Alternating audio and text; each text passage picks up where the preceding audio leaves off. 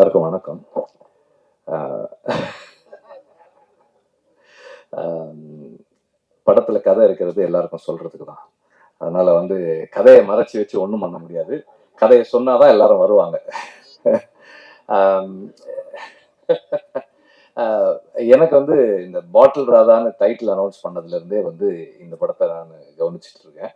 காரணம் என்னன்னா, என்னோட அசிஸ்டன்ட் கார்த்தி அவர் ஒரு ஸ்கிரிப்ட் சொன்னாரு. அதை நம்ம ப்ரொடியூஸ் பண்ணலாம்னு சொல்லி நான் பேசிட்டு இருந்தோம். அதுவும் இதே மாதிரி ஒரு ரீஹாபிலிட்டேஷன் சென்டர் பத்தின ஒரு ஸ்கிரிப்ட். நிறைய விஷயங்கள், ஆஹ் நிறைய அதுல நான் நிறைய கத்துக்கிட்ட விஷயங்கள் இருந்தது. அந்த அந்த ஸ்கிரிப்டை பத்தி பேசும்போதெல்லாம் நான் நிறைய தெரிஞ்சுக்கிட்டது கத்துக்கிட்டது இருந்தது. அண்ட் இந்த படம் பார்த்ததுக்கு அப்புறம் ஆஹ் அமீர் சொன்ன மாதிரி தான், அந்த படம் பண்ண முடியாது. ஆஹ் எல்லாருமே வந்து நம்ம எல்லாருமே ஏதோ ஒரு விதத்துல ஏதோ ஒரு அடிக்ஷனுக்குள்ளதான் இருக்கிறோம். இன்னைக்கு எல்லாருமே ஏதோ ஒரு அடிக்ஷனுக்குள்ள இருக்கும். எனக்கு ஆல்கஹால் அடிக்ஷன் இல்லை, பட் எனக்கு வந்து நிக்கோட்டின் அடிக்ஷன் இருந்தது. இன்னைக்கு நம்ம எல்லாருமே டிஜிட்டல் அடிக்ஷன்ல இருக்கிறோம். ஒரு ஒரு ஒரு இன்ஸ்டாகிராமையோ அல்ல ஒரு ஒரு யூடியூபையோ நம்ம ஸ்வைப் பண்ணும்போது we get a hit, we get a high, அந்த அடிக்ஷன்ல இருக்கிறோம். ஸோ அடிக்ஷன் வந்து சமூகத்துல எல்லா காலகட்டத்திலையுமே இருந்திருக்கு. அது இல்லாத காலமே இல்லை. இன்னைக்கு ரொம்ப அதிகமா இருக்கு. குறிப்பா குடி நோய், அந்த அந்த டேர்ம் குடி நோய்ன்ற டேர்ம் வந்து எனக்கு கார்த்திக் மூலமா தான் தெரியும். அதை அண்டர்ஸ்டாண்ட் பண்றது ரொம்ப முக்கியம். அவரும் சொன்னாரு, குடிக்கிறதுக்கும் குடி நோயாளியா இருக்கிறதுக்குமான வித்தியாசம். அதை வந்து இது ரொம்ப அழகா பேசுது. இப்போ ஒரு ஒரு 25 வருஷத்துக்கு முன்னாடி, ஒரு 30 வருஷத்துக்கு முன்னாடினா, ஒரு ஊர்ல அல்லது ஒரு ஒரு தெரு இருக்குன்னா அதுல வந்து ஒரு 5 வீட்டுல இருக்கிற ஆண்கள் குடிப்பாங்க. ஒரு வீட்டுல இருக்கவர் வந்து இந்த மாதிரி குடி நோயாளியா இருப்பாரு. இன்னைக்கு வந்து ஒரு தெருவுல ஒரு வீட்டுல இருக்கவர் குடிக்காம இருந்தாலே பெரிய விஷயமா இருக்கு. தெருவுல 10 குடிநோயாளிகள் இருக்கிறாங்க. இந்த காலகட்டத்துல பாட்டில் ராதான்ற ஒரு படம் வந்து it is a very personal story, but it has got a strong socio political relevance. இந்த மாதிரியான படங்கள் பண்றது வந்து ரொம்ப அவசியம் நினைக்கிறேன். ஒரு ஒரு தனி மனிதனுடைய வாழ்க்கை it is a political expression தான். ஸோ அந்த அடிப்படையில ஒரு தனி மனிதன் அவனுடைய குடிநோய்க்கு நம்ம வந்து எக்ஸ்கியூஸ் சொல்ல முடியாது, பட் இருந்தாலும் இன்றைய காலகட்டத்தில் இந்த படம் பேசுற அரசியல் ரொம்ப முக்கியமான அரசியலா நான் பார்க்கிறேன். ஒரு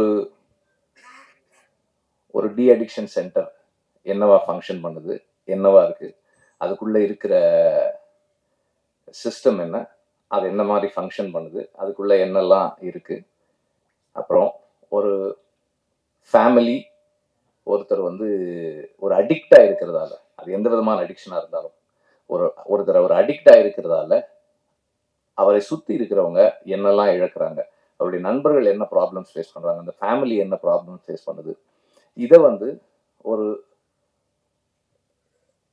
வாழ்க்கைக்கு பக்கத்துல ஒரு இன்ட்ரெஸ்டிங்கான ஒரு ஃபில்மா சொல்றது வந்து பெரிய சேலஞ்ச். அதை வந்து ரொம்ப சக்சஸ்ஃபுல்லா பண்ணியிருக்காங்க. இப்படி ஒரு அமீர் சொன்ன மாதிரி ஒரு என்கேஜிங்கான narrative. At the same time this is a film of positive possibilities. இது வந்து ரொம்ப ரொம்ப ஒரு பாசிட்டிவான ஃபில்ம். இதுல வந்து எல்லாருக்குமே ரிடெம்ஷன் இருக்கு. எவ்வளவு டார்க்னஸ் இருந்தாலும், நீங்க எவ்வளவு கீழே போனாலும் நாம நினைச்சா நம்ம அந்த அந்த அதுல இருந்து மீண்டு வந்துடலாம்னு சொல்ற ஒரு ஒரு படம் இது. ரொம்ப முக்கியமான விஷயம். ஏன்னா எப்பவுமே நம்ம நிறைய சந்தர்ப்பங்கள்ல பாக்குறோம், ஒரு நம்பிக்கை இந்த மாதிரி குடிநோயாளிகளோ இல்ல ஏதோ எந்த அடிக்ஷன்ல இருந்தாலும் அவங்களுக்கு வந்து அந்த நம்பிக்கை போகும். நம்மளால முடியுமா, நம்மளால முடியாது, நம்ம எல்லாம் எப்படி பண்ண போறோம். அப்ப அந்த அந்த ஆல்கஹாலிக் அனானிமஸ்ல அந்த ஓப்பன் ஷேரிங் ஒன்று சொல்லுவாங்க. அந்த ஓப்பன் ஷேரிங் தான் வந்து அவங்களுக்கு அந்த கான்ஃபிடன்ஸ் கொடுக்கும்னு சொல்லுவாங்க. ஸோ அந்த மாதிரி இந்த படமே வந்து ஒரு ஒரு குடிநோயாளியினுடைய ஓப்பன் ஷேரிங் தான் நினைக்கிறேன். So it is going to create a big impact in the society. At the same time இந்த படத்தினுடைய அந்த டெக்னிக்கல் ஆஸ்பெக்ட்ஸ் அப்புறமா இன்னொரு டைம் சொல்லலாம்னு நினைக்கிறேன். ஆனால் இந்த படத்தோட காஸ்டிங் பத்தி சொல்லி ஆகணும். இந்த படத்துல இருக்கிற ஒவ்வொரு நடிகரும் வந்து இந்த இந்த படம் ஒரு ஒரு சினிமா இல்ல, இது வந்து நம்ம நம்ம லைஃப்ல நடக்கிறது, நம்ம நம்ம தெருவுல நடக்கிறது, நம்ம அண்ணனுக்கு நடக்கிறது, நம்ம தம்பிக்கு நடக்கிறது, நம்ம அப்பாவுக்கு நடக்கிறது அப்படின்னு நம்மள உணர வைக்கக்கூடிய அளவுக்கு அவ்வளவு ரியலிஸ்டிக்கா இருக்கு காஸ்டிங். எல்லாருமே வந்து மிக பொருத்தமான சாய்ஸஸ். அங்க அங்க அந்த அந்த ரீஹாபிலிட்டேஷன் சென்டர்ல இருக்கிறவங்களா இருக்கட்டும், அந்த தெருவுல இருக்கிறவங்களா இருக்கட்டும், ஒவ்வொரு நடிகருமே வந்து அவ்வளவு பொருத்தமா இருக்காங்க. அண்ட் எல்லாருமே அவ்வளவு கன்வின்சிங்கா அந்த ரோல்ஸ் பண்ணிருக்காங்க. ஸ்பெசிபிக்கா சொல்லல இவங்க அவங்க, பட் பட் எல்லாருமே அவ்வளவு சிறப்பா பண்ணிருக்காங்க. இது அண்ட் பீயிங் அன் ஆடியோ லான்ச்ன்றதால மியூசிக்கும் நான் சொல்லிடுறேன்.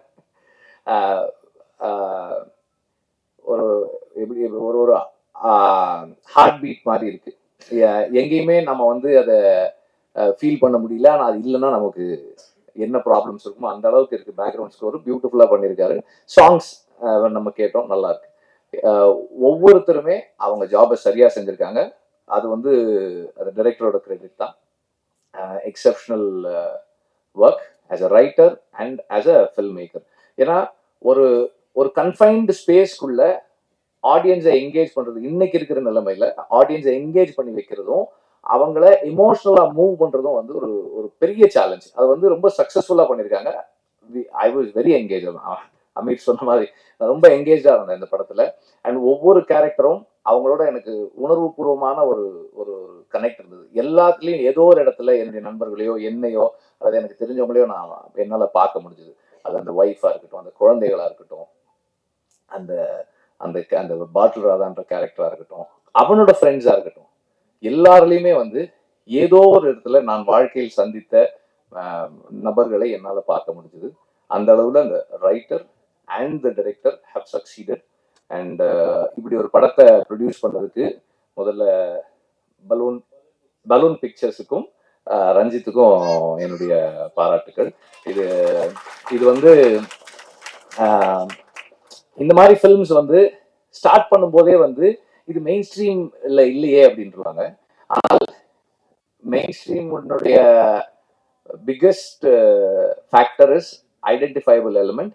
இதுல இருக்கிற அந்த எல்லாத்தையுமே நம்ம வந்து இந்த கதாபாத்திரங்களை நாம எவ்வளவு ஐடென்டிஃபை பண்ணிக்கிறோன்றதுதான் இந்த படத்தினுடைய சக்சஸா இருக்கும்ன்றத நான் உறுதியா நம்புறேன். நன்றி.